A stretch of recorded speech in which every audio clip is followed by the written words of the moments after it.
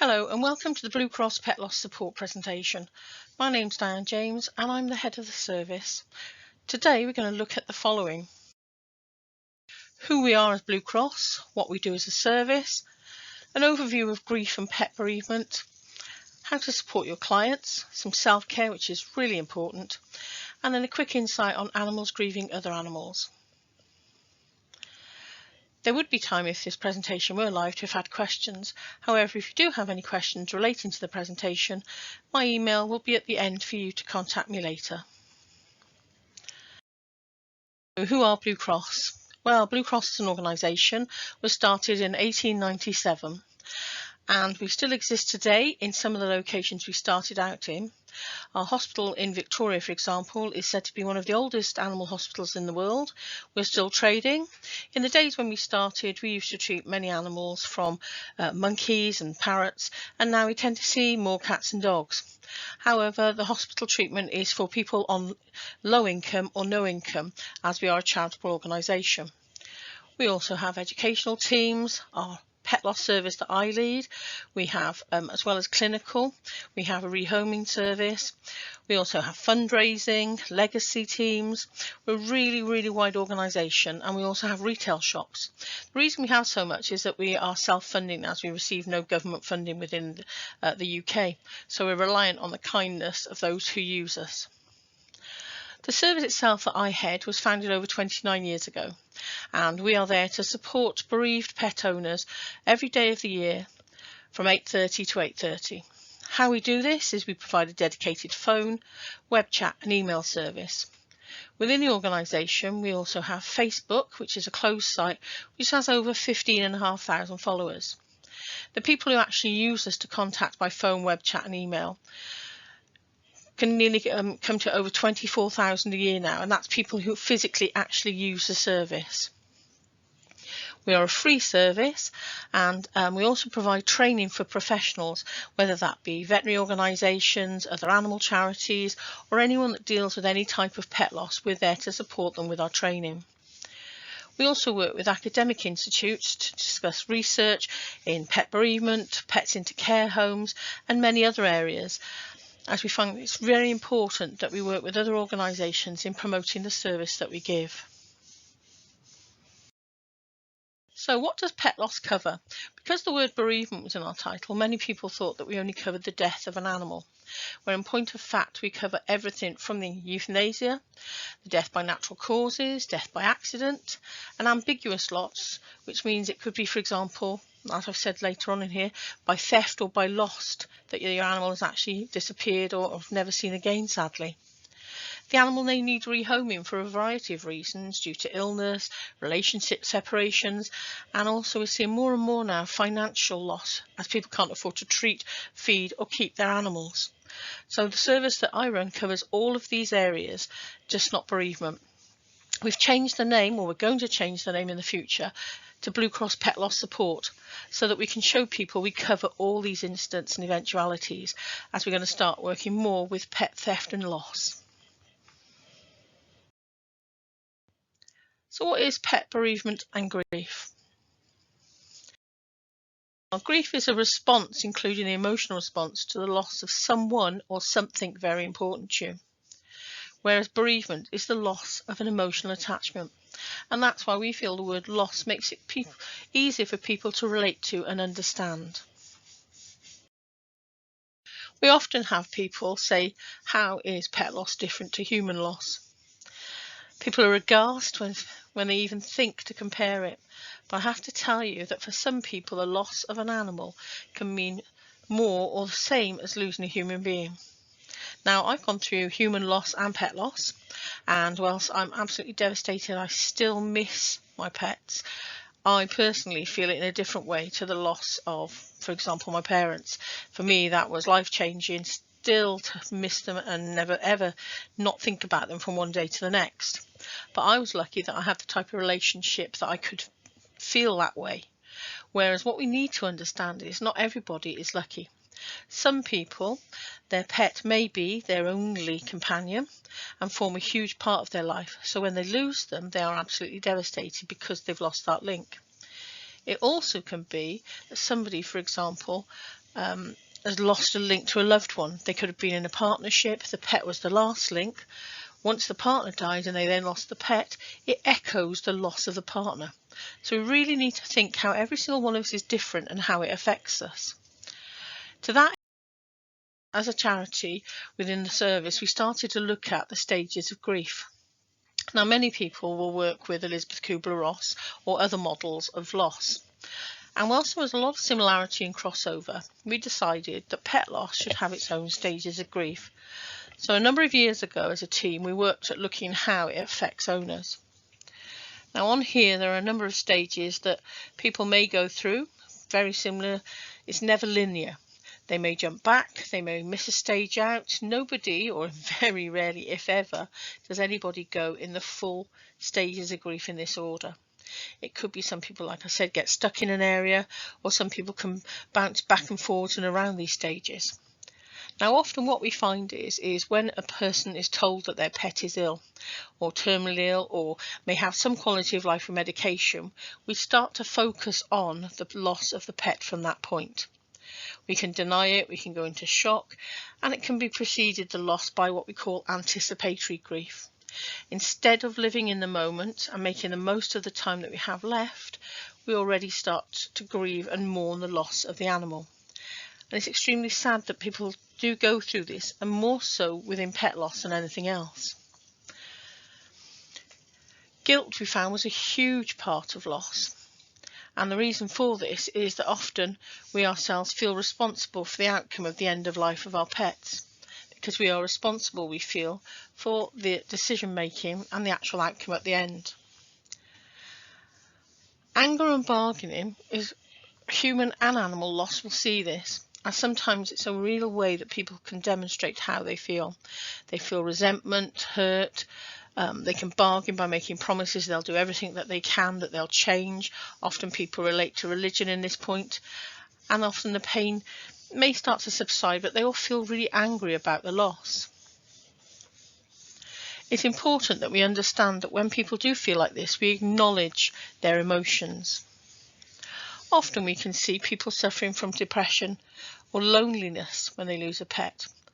The reason for this is that they lose their socialization, or they might feel that they've become withdrawn, that they're bitter, they're anxious, and they feel they can't do anything anymore.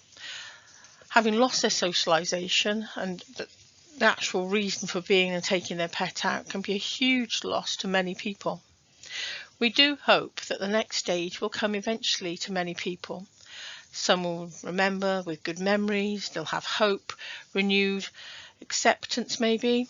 They may feel that the new pet is for them, and they start to move in their life again where they will never ever forget the loss of their pet, but they will actually now start to accept and understand. So when I talked about earlier guilt and pet loss, as I said, it's very common for people to go through guilt with a pet. The reason being that there is no way the pet can give its consent or actually tell you how it's feeling. The timing of euthanasia is also very important. People feel guilty, they may have done it too soon or too late, or should they've got a second opinion. And the owner is responsible for the welfare of that pet. So this then leads to the responsibility grief. They will often blame themselves, and as I said, did they do it too soon or too late? And sometimes they will turn that responsibility back on to the caregivers. For example, in this case, it may be somebody within the veterinary practice who they feel was responsible for not telling them sooner or giving them a second opinion. So guilt is a huge part of what people will go through with pet loss. It's really important as well that we understand how supporting your clients through the pet loss can also retain your clients, as often people will associate the loss of a pet with what's happened.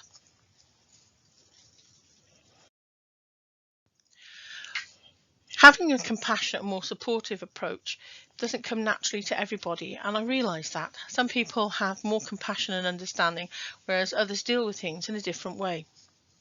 Here are some tips that can help you with this supportive approach. Often listen more than you speak. As human beings, we try to fill the void of silence as we feel uncomfortable with it, but sometimes just listening or letting there be silence is what's needed in a situation. When we talk about being more empathetic, not sympathetic, that means empathy is a case of where somebody will see it through their own eyes rather than through those of the owner. So they're showing sympathy, not empathy. It's important that when somebody asks a question as well, that we answer them honestly. Don't use technical jargon and use simple terms. As well, being open with body language is important.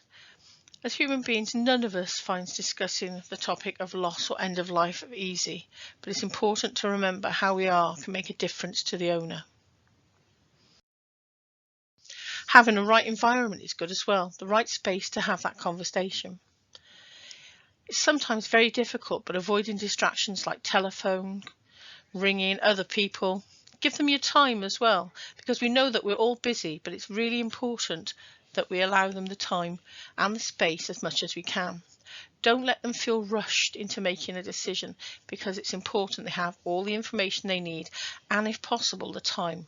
And I do appreciate that isn't always possible with everything that happens. There are things that you need to try and avoid when supporting clients.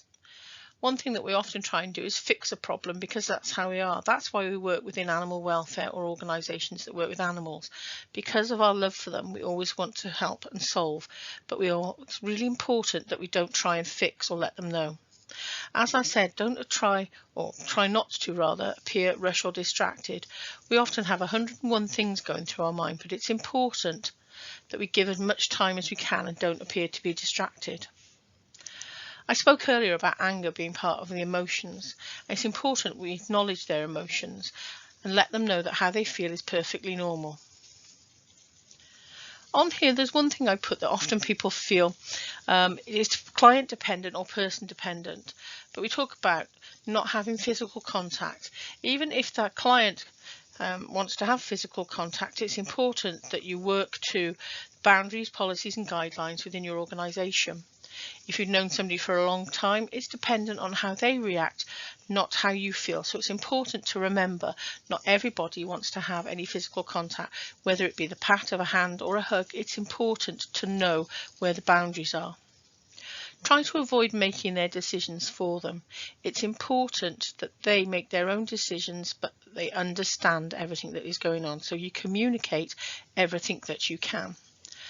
And I put on here as well about not using cliches or statements. And often people do this, and you will do this, and I quite understand why you will, but it's not always appreciated. Sometimes we feel it's the best thing to say and do.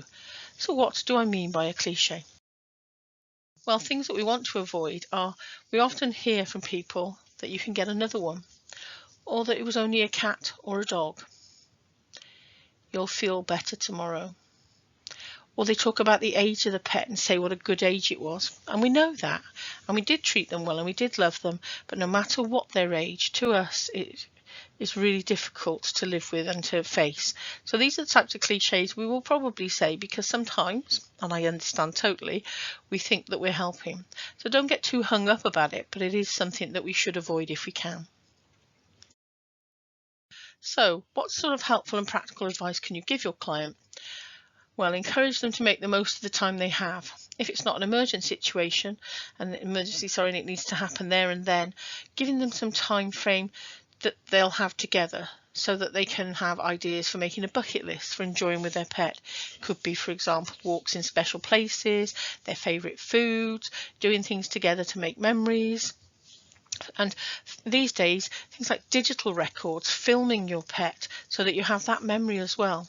Making a scrapbook, if that's not possible, that you can film them or take photos. And one thing that we often do with all people of all ages, but often with children, are make memory boxes. An old box that we decorate with pictures and names and fond things of the pet, and then inside we put the important things that bring us back memories. We can write letters how we feel, draw pictures, put things in there. After the pet sadly left us, we can put their collar in there, or their lead, or their favourite toy, so that in the future we can look back and have fond memories. And if you can as well, give your clients literature on commemoration ideas, ways that after death they can commemorate their pet, so that they will always have those memories. But as I said, it's really important to allow the client time to process the information. It could be a big decision that they have to make. So give them adequate time to process the information, if possible, can be really helpful to them. Providing them with additional information to take away with them is good as well. And this will allow them to come back to you with questions at a later date or time. What we often find is no matter how well we communicate with our clients, they'll be in what we call a heightened state of awareness. This will mean that they will only hear certain things that you say and remember only certain things you said. Whilst you know that you will have told them all the information, it's important that you reiterate what you've said so that they will understand and they'll retain it. But remember, the likelihood is they won't remember everything you've told them at this vital time. So other helpful tips if you're in a practice and it's possible is when you're going through a euthanasia of a pet is if you have like an LED candle at reception, so that those people in the waiting room or coming in will appreciate there may be a delay or the need for a bit of a quieter time whilst they're in the practice. You can put a sign by this to let people know that something is happening within the practice that obviously needs their love and care and your attention. When an animal is euthanized, we often forget about things like collars. That is, as an owner, we forget that we might want later on to have back the collar and lead and leave them in the practice.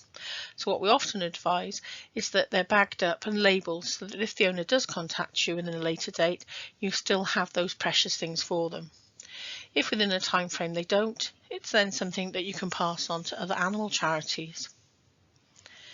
If you feel it's the right thing for you, within my charity we have cards that we give out to veterinary practices or individuals that are blank in the middle, but on the back will give the information for people to contact our service if they need it. This way you can personalise the sympathy and let your client know how you feel. Some people like to follow it up with a call. It's entirely dependent on the client and yourselves as to which one you feel would work best. Remember to update records within your practice. And we all think, yes, we do, yet many times we hear of people being sent out reminders for pet injections or wormers or visits for health checks, and yet sadly their pet is no longer with them. Another thing is being mindful of how bodies are stored before cremation. Sometimes clients do want to see the pet, and it's mindful of how we deal with it or how it's dealt with on its other journeys. And then the collection of ashes. If this is how the client has decided they want their pet after body death care taken, it's important that we are sensitive when we let them know when to collect them and how we deal with it. Most important now as well are yourselves. It's really important that you undertake self-care. You know, and I know, that your role can be emotionally demanding. You could have looked after that pet since it was a puppy or a kitten or born and over a number of years. You're likely to have to deal with really highly emotive situations. The client could be very upset, could be angry, and this will all affect us and the others that we work with. And then we can have challenging situations more than anything now where people find giving the consent for euthanasia or treatment is difficult, and then many will often have an inability to pay, and again this can cause us to be emotionally upset or drained. So that could then lead to us having compassion fatigue and burnout. We're covering quite a few things within this talk, so we're only touching on these subjects. There are more things that we can look at and ways to work with ourselves at other times. Compassion fatigue is the desire to avoid people and emotional situations.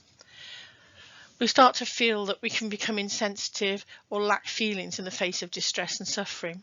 And then we'll know that how we're feeling is not how we used to feel. So we're starting to feel that we have to avoid situations, procedures, rooms, people, or events within life. Burnout is different, and this is where our health and well-being suffers as a consequence of overload. They are two entirely different things, but people often think of them with being the same welfare issue. It's easy to say we should have emotional resilience, and it does allow us to recover from events more quickly. If we're resilient, we can bounce back. If we have a low emotional resilience, it means that we have a lack of empathy. And it's easy for me to say things that we can do to help. We know this. we need more sleep, or we need a better sleep. If we need help, we seek it. Speak to others, people around us, family, friends, people that are supportive. Try not to be so negative, be more optimistic, and put ourselves back in control.